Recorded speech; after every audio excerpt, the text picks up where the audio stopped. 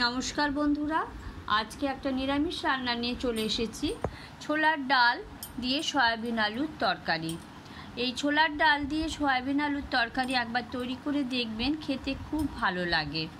তার জন্য দেখুন, প্রথমে আমি ছোলার ডালগুলো ভালো করে ভিজিয়ে নিয়েছি। এই ছোলার ডালটা আমি 4-5 ঘন্টা ভিজিয়ে রেখেছিলাম। তারপর খুব সুন্দর করে ভিজে গেছে। এরপর আমি এটা দেখুন প্রেসার কুকারে একটা সিটি দিয়ে নেব। খুব বেশি সেদ্ধ করার দরকার নেই, তাহলে কিন্তু খেতে ভালো লাগবে না। দেখুন আমি প্রেসার কুকারের ঢাকাটা লাগিয়ে দিলাম। এরপর দেখুন একটাই আমি সিটি দেব। দেখুন একটা সিটি দিয়ে এবার আমি বন্ধ করে দিলাম, কারণ খুব বেশি কিন্তু ডালটা গলে গেলে ভালো লাগবে না খেতে। এরপর দেখুন আমি একটা মশলা তৈরি করে নিচ্ছি। এতে দিলাম 1/2 ইঞ্চি আদা, আর দিলাম একটা টমেটো, সেটা 4 কুচি করে নিয়েছি। আর তার সাথে দিলাম 3টে কাঁচা লঙ্কা আর কতগুলো কাজু বাদাম।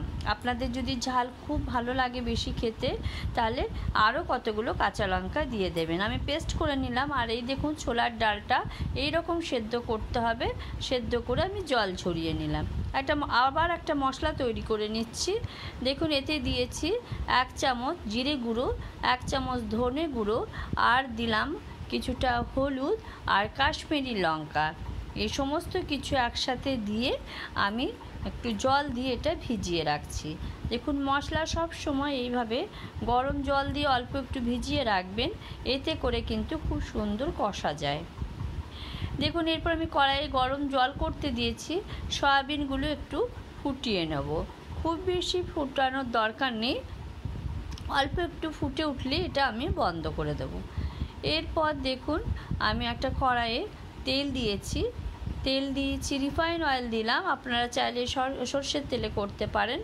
এরপর আমি যে আলু কেটে রেখেছিলাম, একটা মাঝারি সাইজের আলু এরকম ছোট ছোট করে কেটে রেখেছিলাম, সেটা আমি একটু ফ্রাই করে নিচ্ছি। দেখুন এতে অল্প একটু হলুদ দিলাম, তাতে কালারটা সুন্দর হবে। এরপর আলুগুলো একটু ভালো করে ফ্রাই করে নিচ্ছি। এতে করে কিন্তু আলুটা অনেকটাই সুন্দর সেদ্ধ হয়ে যাবে। দেখুন আলুগুলো ফ্রাই করা হয়ে গেছে। এরপর আমি আলুগুলো সব তুলে নিলাম। আর দেখুন এদিকে ছোলার ডালটারও জল ঝরিয়ে নিয়েছি, আর সয়াবিনটারও খুব ভালো করে আমি জল ঝরিয়ে রেখে দিয়েছিলাম। এরপর ওই তেলেই দেখুন সয়াবিনগুলো দিয়ে দিলাম। সয়াবিনগুলো একটু ভেজে নেব। দেখুন সয়াবিনগুলো দিয়ে আমি তাতে অল্প একটু হলুদ দেব, আর তার সাথে দিলাম অল্প একটু কাশ্মীরি লঙ্কা, আর তার সাথে অল্প একটু নুনও দিয়ে দিলাম। নিয়ে ভালো করে সয়াবিনটা ফ্রাই করে নেব। একটু কাশ্মীরি লঙ্কা আর হলুদ দিয়ে ফ্রাই করলে সয়াবিনের কালারটা খুব সুন্দর হবে, সেই জন্যই দিলাম। দেখুন অল্প একটু নাড়াচাড়া করে নিতে হবে, এতে করে সয়াবিনগুলো খেতে খুব ভালো লাগবে। দেখুন সয়াবিনগুলো ভাজা হয়ে গেছে, আমি একটা থালাতে তুলে নিলাম। এভাবে সমস্ত সয়াবিনগুলোই তুলে নিলাম। এরপর ওই কড়াইয়ে দেখুন আমি আবার তেল দেব।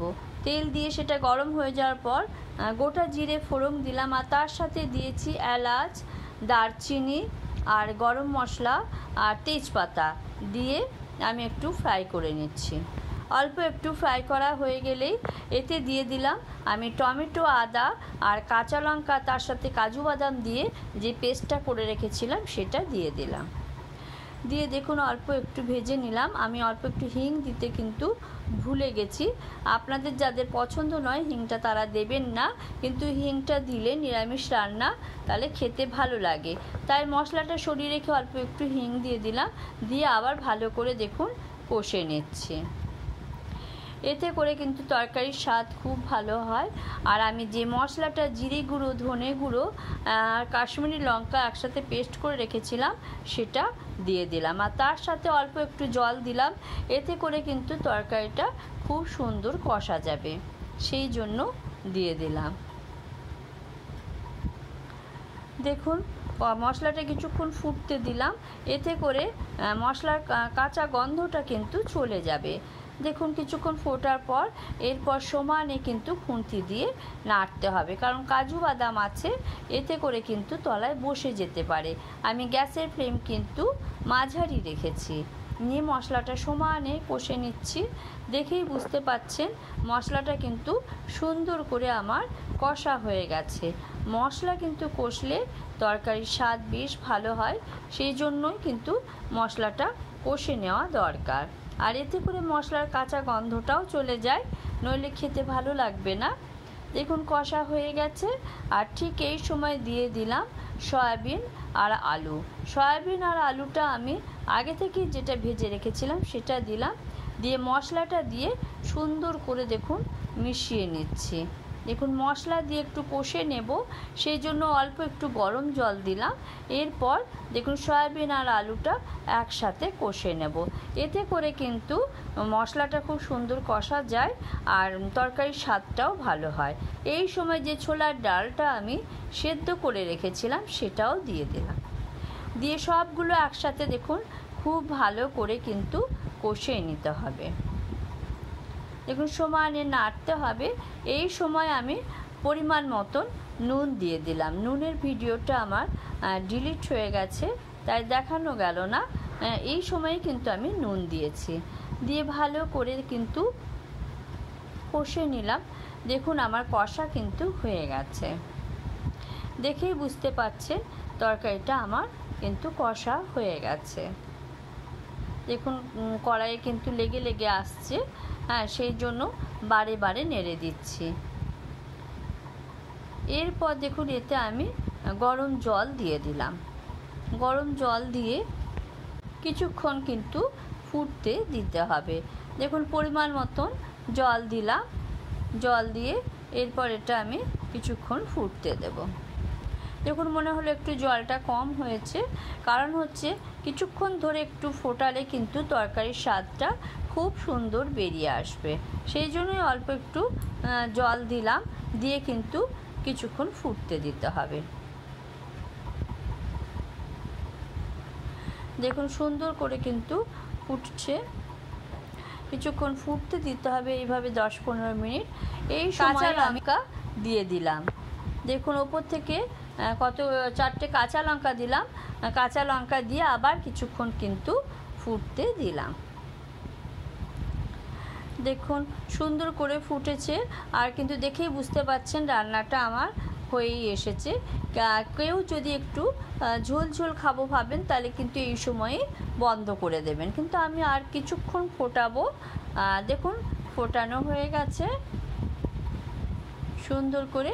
আর এই সময় আমি অল্প একটু চিনিও অ্যাড করে দিলাম। যাদের পছন্দ হবে না তারা দেবেন না, তবে এই ডালে সয়াবিন আলুর তরকারিটাতে অল্প একটু কিন্তু চিনি দিলে খেতে খুব ভালো লাগবে, সেই জন্য হালকা একটু চিনি দিয়ে দিলাম, দিয়ে কিছুক্ষণের জন্য আবার রেখে দিলাম। দেখুন এই সময় আমি একটা তড়কা তৈরি করলাম। এটাতে ঘি দিয়ে আমি কেশরি মেথিটা একটু ভেজে নিয়েছি, নিয়ে এর সাথে মিশিয়ে দিলাম। এতে করে এই তরকারির স্বাদ কিন্তু অনেকটা বাড়িয়ে দেবে। দেখুন আমি কিছুক্ষণের জন্য ঢাকা দিয়ে রেখে দিলাম। যে কোনো রান্নায় কিছুক্ষণ যদি রেখে দেন তার স্বাদটা খুব ভালো হয়। এরপর আমি এটা গরম গরম সার্ভ করে ফেললাম। রেসিপিটা দেখে যদি ভালো লেগে থাকে তাহলে অবশ্যই লাইক, শেয়ার আর সাবস্ক্রাইব করে দেবেন বন্ধুরা।